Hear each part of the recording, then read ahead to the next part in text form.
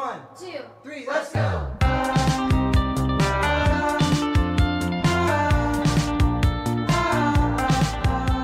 Halo, kembali lagi di Besi What Show. Podcast and Show.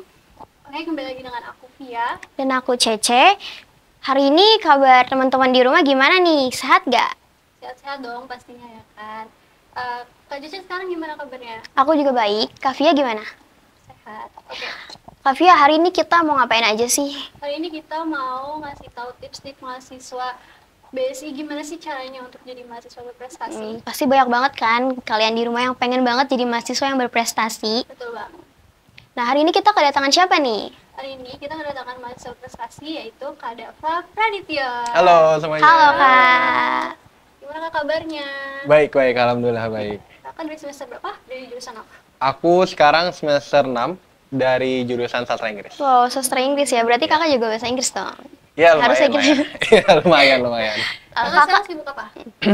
Aku sibuk karena kuliah masih libur, jadi sibuk di organisasi aja dan juga lagi ngerjain beberapa proyek yang lagi ongoing sekarang. Kalau di kampus kakak nih ikut kegiatan apa aja nih?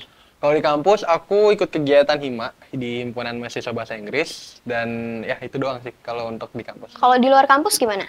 Kalau di kampus aku cukup banyak untuk ikut kegiatan. Ya, yang pertama pasti di UNICEF, terus juga pernah ikut proyek bareng Plan Australia. Sama sekarang lagi juga berorganisasi di World Ocean Day. Banyak dong. Iya. Kalau Lumayan. di kakak ikut UNICEF itu ada inspirasinya atau kenapa sih kakak bisa minat masuk ke UNICEF?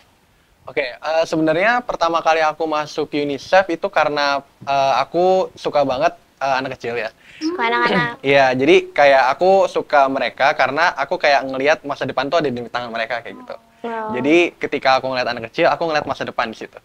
Kakak mulai berpengalaman prestasi itu dari kapan, Kak? Kalau untuk mulai kegiatan-kegiatan kayak gini ya, khususnya itu aku dari awal kuliah, dari 2021, masih pandemi pada saat itu. Jadi kegiatannya itu masih online, tapi setelah pandemi baru mulai kegiatan offline. Tapi mulainya dari 2021. Kalau kegiatan UNICEF itu kakak udah kemana aja nih? Atau di Indonesia aja atau sampai ke luar negeri gitu? Kalau untuk kegiatan UNICEF sebenarnya aku fokusnya emang di Indonesia karena memang ruang lingkupnya itu di Indonesia. Tapi untuk tahun ini kemarin aku juga baru join di UNICEF Asia Pasifik. Jadi kemungkinan bakal ada kegiatan di luar Indonesia kayak gitu. Oke, berarti udah ada persiapan dong ya buat Iya, UNICEF iya, di luar sudah. Indonesia. Iya, sudah. Kakak udah muter event kemana aja, Kak? Kalau event sebenarnya ada ke beberapa negara. Aku pernah ke Swedia di Stockholmnya, terus ke Mesir, Dubai, Vietnam, sama Malaysia. Nah, kalau untuk negara-negara yang udah kakak kunjungi nih, negara mana sih yang menurut kakak tuh banyak kesannya atau yang membuat kakak tuh betah di sana gitu? Sebenarnya ada dua sih sebenarnya negara yang Ada menurutku dua? berkesan banget, memorable buat aku. Pertama itu Swedia, karena itu negara Eropa pertama yang aku kunjungin dan of course kayak pada saat itu tuh lagi dingin-dinginnya gitu. Jadi itu kayak pertama kali pengalaman banget di Eropa gitu. Terus yang kedua itu Dubai. Dubai itu menurutku kayak modern tapi masih tradisional. Jadi kayak orang-orangnya sangat humble, terus juga makanannya enak-enak semua dan yang paling penting tuh di sana tuh kayak semua tuh bagus aja gitu kelihatannya. Kalau Kan kakak udah muter banyak banget nih. Tipsnya gimana sih kayak biar kayak bisa kayak gitu? Sebenarnya untuk memulai semua ini pasti yang pertama itu temuin passion ya. Karena kayak banyak orang mikir bahwa oh aku harus ikut ini, aku harus ikut event ini, tapi nggak ada persiapan yang matang kayak gitu. jadi emang harus bersiap lebih matang lagi ya Iya untuk betul. Jadi emang harus Kakak persiapan punya banget. juga nggak sih, Kak, komitmen? Komitmennya juga harus sih. Itu paling penting tuh komitmen dalam segala hal ya. Baik dalam organisasi ataupun hal-hal lain itu komitmen itu penting banget. Kak, kalau aku mau nanya, kalau misalnya kakak kan tadi aku dengar tuh udah ke berbagai macam negara ya. Ada nggak sih di salah satu negara atau di beberapa negara yang buat kakak tuh kaget, oh ini beda banget ya sama di Indonesia kayak gitu? Apa ya? Mungkin Swedia kali ya, karena emang secara budaya pun beda gitu. Di sana tuh orang-orangnya sangat teratur, disiplin, terus juga bersih juga kotanya, dan juga orang-orangnya tuh benar-benar bisa dibilang beda perilakunya sama orang-orang di sini. Berarti emang beda banget ya sama di Iya, Indonesia. sama beda di Indonesia. Apa sama lebih humble mana, di Indonesia atau di Swedia? Kalau humble Indonesia pasti. Indonesia. Indonesia, iya. Kalau di sana, Sama. iya benar banget, benar. Kalau di sana lebih ke individualis sih. Kalau selain UNICEF, kakak tadi apa lagi tuh kegiatan aktifnya di luar? Di World Ocean Day. Itu tuh sebagai Youth Advisory Aku Council. ngapain aja sih, Kak? Sebenarnya aku baru join tuh di bulan September kemarin. Jadi kemarin tuh aku baru dapet capacity building, kayak peningkatan kapasitas itu untuk memahami sebuah isu, khususnya isu di laut ya, laut dan juga dan ekosistem di laut. Dan kedepannya bakal ada beberapa project yang bakal aku lakuin juga bareng teman-teman yang lain di sana. Berarti kakak tuh udah punya banyak teman tambahan ya dari luar. Iya, cukup lah, lumayan lah ya.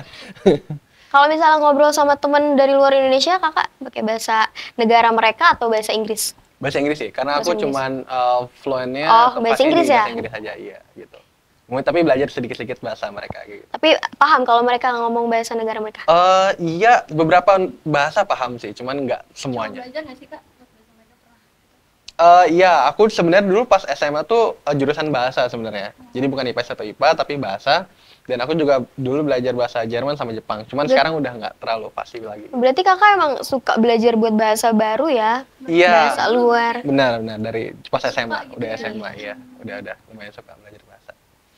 Oke, kesan-kesan Kakak nih buat sobat BSI. Pakai bahasa Inggris dong, Kak. Kan bahasa Inggris, Kak. Okay, I think the most important step that you need to setting up for yourself is that you have to find your passion. Karena dengan passion kita bisa tahu mau kemana langkah berikutnya kayak gitu. And then the next one is don't forget to be grateful. Karena sometimes ketika kita udah ikut organisasi ataupun udah punya achievement, kita merasa puas. Betul banget. Gitu. Dan kadang merasa agak sombong dikit gitu kan karena udah punya banyak udah prestasi. percaya banget sama Iya. diri sendiri. Dan ya itu sih harus tetap grateful dan juga tetap low key. Jadi kayak tetap rendah diri dan lain-lain itu tuh penting banget kuncinya untuk kita maintain a good relationship dengan orang lain kayak gitu. Jadi biar kita tetap disukai terus juga Iya. tetap bisa masuk ke segala lini situasi dan lingkungan. Oke kak, makasih banyak ya udah mau datang ke sini, udah mau ngobrol banyak, bagi pengalaman sama kita. Yes, my pleasure. Makasih ya, Kak, waktunya. Okay, thank you so much for inviting me. Terima kasih juga buat penonton di rumah yang udah nontonin kita dari awal sampai segmen akhir. Dan jangan lupa like, comment, and subscribe channel kita ya. Dadah, sampai ketemu di BSI Podcast selanjutnya. Sampai jumpa. Dadah. 1, 2, 3, let's go.